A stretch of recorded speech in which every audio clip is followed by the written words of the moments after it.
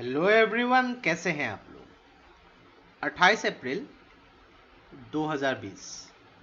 तो यहाँ पे देखिए, जो इंडियन मेट्रोलॉजिकल डिपार्टमेंट है, इन्होंने जो 13 अलग अलग जो मेंबर कंट्रीज है वर्ल्ड मेट्रोलॉजिकल ऑर्गेनाइजेशन के, तो इसके हर कंट्रीज के लिए यहाँ पे 13 अलग अलग जो साइक्लोन्स के यहाँ पे नाम किए हैं, नामाकरण किए हैं। तो यहाँ पे जितने भी कंट्रीज हैं, तो भारत भी इसमें इंक्लूडेड है, तो इसके बारे में भी इंक्लूड किए गए। तो टोटल 169 साइक्लोन्स के जो यहाँ पे नामाकरण किए गए हैं। तो यहाँ पे हम लोग को ये समझना पड़ेगा कि साइक्लोन क्या है, ट्रॉपिकल साइक्लोन कैसे फॉर्म होती है। तो अगर आप देखेंगे जीएस पेपर 1 में फिजिकल ज्योग्राफी का जो पार्ट है, उसमें साइक्लोन्स के ऊपर बहुत ज्यादा इंपॉर्टेंस दिए जाते हैं। तो यहाँ पे फिजिकल ज्योग्राफी के हिसाब से ये बहुत ही ज्यादा इंपॉर्टेंट क्वेश्चन है, जो यहाँ पे कॉन्टेम्पोरेरी इश्यूज के साथ रिलेट किया जा सकता है। तो ऐसे टॉपिक्स को बहुत ही इंपॉर्टेंस देने चाहिए। और यहाँ पे हम लोग जो इसके मेन की वर्ड्स है, की पॉइंट्स है, इसके बारे में डिस्कस करेंगे। इसको बेनिफिट क्या होंगी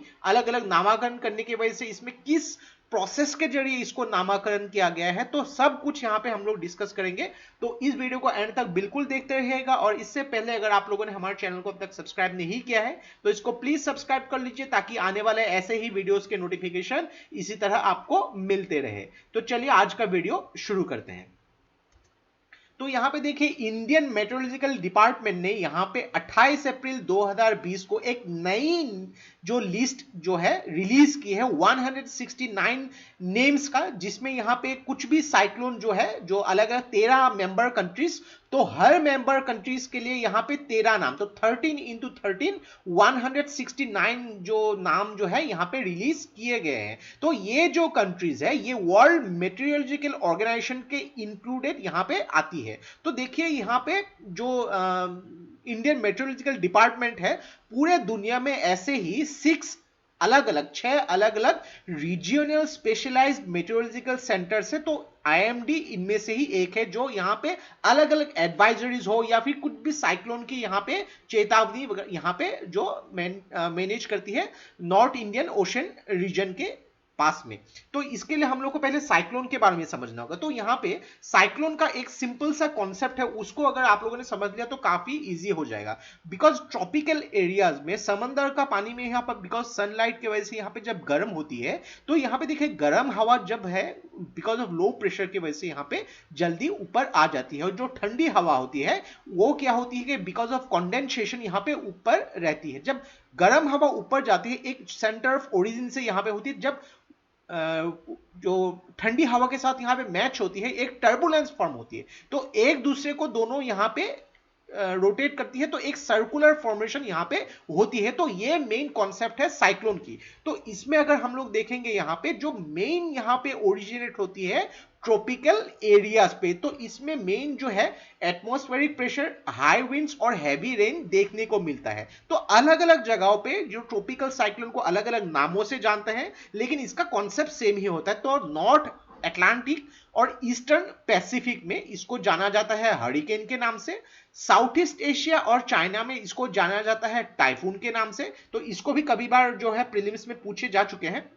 और अगर बात करेंगे साउथ वेस्ट पैसिफिक और इंडियन ओशन एरिया में, इसको साइक्लोन के नाम से जाना जाता है। तो ये मेजरली जो है इक्वेटर के रीजन से यहाँ पे फॉर्म होती है, जो यहाँ पे अलग अलग जो अगर देखेंगे हम लोग, जो हीट को यहाँ पे जो है इससे एनर्जी गेन करती है, और इसके वजह से जो यहाँ पे ठंडी हवा में जो एयर जो यहाँ पे रेन कॉन्डेंस होती है, इसकी वजह से जब रिलीज होती है टर्बुलेंस यहाँ पे फॉर्म होती है। तो साउदर्न हेमिस्फीयर में एक चीज याद रखिएगा, साउदर्न हेमिस्फीयर में जो भी ये सर्कुलर मोशन होती है, ये क्लॉकवाइज होती है। और अगर बात करेंगे नॉर्दर्न हेमिस्फीयर में, नॉर्दर्न हेमिस्फीयर में जब ये सर्कुलर मोशन होती है, ये एंटी क्लॉकवाइज होती है। दोनों को आपको याद रखने हैं, ऐसे भी क्वेश्चन पूछे जा सकते हैं। तो ऑलरेडी ये जो हम लोगों ने इमेज के जरिए इसको डिस्कस किया। तो यहाँ पे अगर मैप में देखेंगे हम लोग को समझ में आ जाएगा। तो ये देखिए, जो बीच में से ट्रॉपिक जो यहाँ पे इक्वेटर जा रही है, तो यहाँ पे अगर देखेंगे जो सऊदी अरेबिया इस एरियाज में जो है, इसको हम लोग साइक्लोन इस हिसाब से जानते हैं। जो अफ्रीका के एरियाज तक भी यहाँ पे आते हैं, ऑस्ट्रेलिया को टच करके, पापुआ न्यू गिनी, ऐसे बहुत जगह। और साउथ ईस्ट एशिया में या इंडियन ओशन रीजन में यहाँ पे बांग्लादेश, श्रीलंका, यहाँ पे इस एरिया में इसको टाइफून के नाम से जाना जाता है। और फिर जो यहाँ पे जो ईस्टर्न जो अटलांटिक और जो पैसिफिक ओशन में इसको जो है हरिकेन के नाम से भी जाना जाता है, लेकिन कॉन्सेप्ट सेम है। लेकिन इसमें देखिएगा यहाँ पे मेन इक्वेटोरियल रीजन में ही ये ज्यादातर देखने को मिलता है। तो यहाँ पे अगर हम लोग बात करें कि मेन जो की पॉइंट्स है, तो यहाँ पे जो है वर्ल्ड मेट्रोलॉजिकल ऑर्गेनाइजेशन की यहाँ पे जो है 13 मेंबर कंट्रीज है। तो यहाँ पे ये जो है United Nations of economic and social commission के हिसाब से एशिया और पैसिफिक में ये इंक्लूड है। ये जो 13 कंट्रीज है कौन से है? Bangladesh, India, Iran, Maldives, Myanmar, Oman, Pakistan, Qatar, Saudi Arabia, Sri Lanka, Thailand, UAE और यमन। तो यही कंट्रीज अगर आप मैप पे देखेंगे, यही कंट्रीज जो साउथ ईस्ट एशिया के ये सब कंट्रीज में इसको इंक्लूड किए गए हैं। और यहाँ पे अगर बात करेंगे हर कंट्रीज के लिए 13 अलग अलग नाम दिए गए हैं। और अगर हम लोग भारत के बारे में नाम करेंगे, जो भारत में ये जो 13 नाम कौन से ये भी देख लीजिए। तो भारत में जो नाम है, जो 13 नाम दिए गए हैं, गति, तेज, मुसारू, आग, व्योम, झर, प्रवाह, नीर, प्रभाजन, घूर्णी, अम्बुड, जलाधि और वेगा। और इसके जरिए यहाँ पे जो बेनिफिट्स होंगे, ये बेनिफिट्स के बारे में भी हम डिस्कस करेंगे कि ये जो नामकरण किए गए हैं इसके बेनिफिट्स क्या क्या है। तो इसके हिसाब से अगर देखा जाए, इसकी जो अगर हम लोग नामकरण के लिए हम लोग देखेंगे कि यहाँ पे जो है वर्ल्ड मेट्रोलॉजिकल ऑर्गेनाइजेशन के यहाँ पे टाइफून जो ट्रॉपिकल साइक्लोन्स के लिए एक पैनल जो बैठी थी, यहाँ पे जो 27 जो सेशन हुई थी मस्कट, ओमान में, तो इसमें ये नामकरण करने की बात हुई थी। तो यहाँ पे ये जो 2004 में ट्रॉपिकल साइक्लोन जो है अलग अलग जो इंडियन ओशन रीजन में, इसके बारे में बात की गई थी। तो यहाँ पे उस टाइम में 8 कंट्रीज थे, मेंबर कंट्रीज। तो ये 8 मेंबर कंट्रीज ने ये नामकरण के बारे में बात किया था। ये मेंबर कंट्रीज कौन से हैं? Bangladesh, India, Maldives, Myanmar, Oman, Pakistan, Sri Lanka और थाईलैंड। और उसके बाद 5 एडिशनल कंट्रीज यहां पे ज्वाइन हो गए। ये 5 एडिशनल कंट्रीज कौन से हैं? Iran, Qatar, Saudi Arabia, United Arab Emirates, Yemen. तो ये 5 और ये 8 पहले के मिला के 13 हो गए।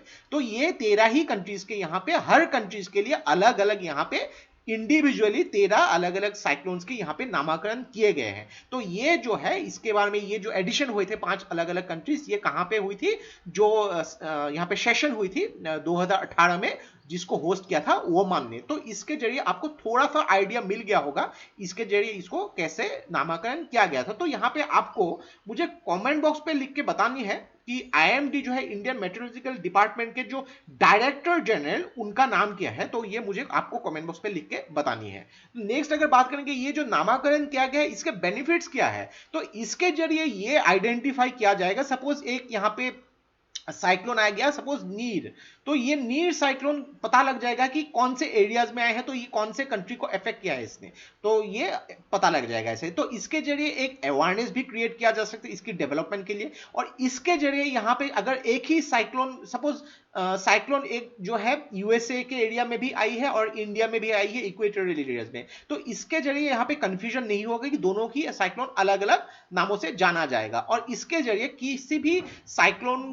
की यहाँ पे जो है उसको नाम के जरिए उसको आइडेंटिफाई करना बहुत ही इजी हो जाएगा। और इसके जरिए जो है यहाँ पे कुछ भी अगर वाइडर ऑडियंस के हिसाब से इसको वार्निंग्स देने हो तो बहुत इंपॉर्टेंट है। तो ये था हम लोग का कंप्लीट एनालिसिस रिगार्डिंग जो इंडियन मेट्रोलॉजिकल डिपार्टमेंट ने जो अलग अलग 13 जो कंट्रीज है उसके अलग अलग कंट्रीज के लिए यहाँ पे जो 13 नामाकरण किए गए हैं, और उनमें से भारत के लिए जो नामाकरण किए गए हैं वो हम लोगों ने डिस्कस किया। साथ में यहाँ पे साइक्लोन्स के बारे में भी यहाँ पे डिस्कस किया, जो आपके यहाँ पे जीएस पेपर 1 के पॉइंट ऑफ व्यू के हिसाब से बहुत ज्यादा इंपॉर्टेंट है। और इसमें बहुत सारे ऐसे जो प्रश्न हैं ये आपके प्रीलिम्स में भी कॉन्सेप्चुअल बेसिस पे पूछे जा सकते हैं। तो ये था हम लोग का कंप्लीट एनालिसिस, और आशा करते हैं इससे आपको बहुत कुछ चीजें सीखने को मिला होगा from physical geography point of view के हिसाब से। और ये वीडियो अगर आप लोग को अच्छा लगा, इसको प्लीज लाइक कीजिए, इसको सब्सक्राइब कीजिए, इसको शेयर कर दीजिए, क्योंकि ऐसे वीडियोस बनाने के लिए हम लोग को बहुत ज्यादा मेहनत और रिसर्च की जरूरत होती है, और आप लोग का सपोर्ट हम लोग को बहुत ज्यादा इंस्पायर करता है और भी हार्ड वर्क करने के लिए। तो आज के लिए बस इतना ही। देखते रहिए study rise, take care, thank you and जय हिंद।